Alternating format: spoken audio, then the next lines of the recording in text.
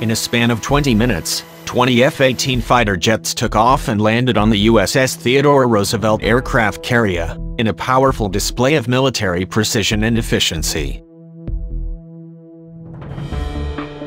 The nuclear-powered warship, leading a carrier strike group, was conducting what the U.S. military called routine training in the disputed South China Sea on Tuesday, headed for a port call in the Philippines, a defense treaty ally. The United States is not alone in carrying out naval patrols in the strategic waterway, where Chinese, Japanese and some Southeast Asian navies operate, possibly increasing tensions and risking accidents at sea.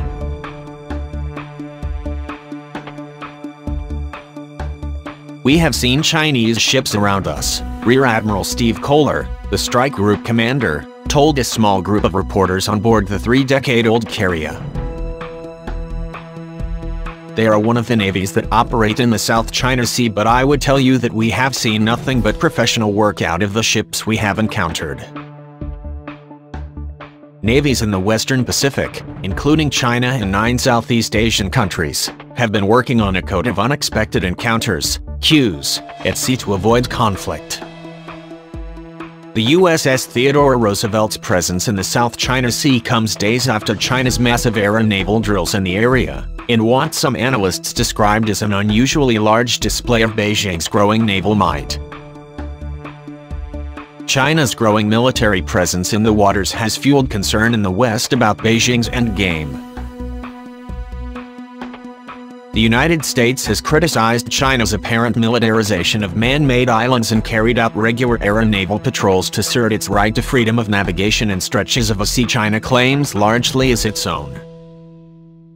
This transit in the South China Sea is nothing new in our planning cycle or in a reaction to that. It is probably by happenstance that all of that is happening at the same time, said Koehler, who gave a tour of the carrier to Philippine military officials and watched flight operations aboard the 100,000-ton warship.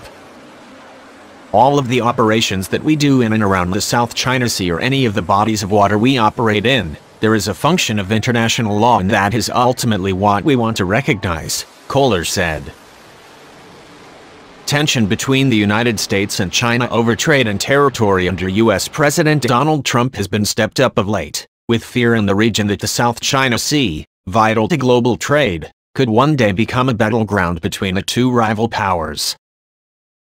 Philippine ties with China have meanwhile warmed under President Rodrigo Duterte, who has put aside disputes with Beijing and wants it to play a key role in building and funding urgently needed infrastructure, from highways and ports to railways, and power plants. China has long objected to U.S. military operations off its coasts, even in areas Washington insists are free to international passage.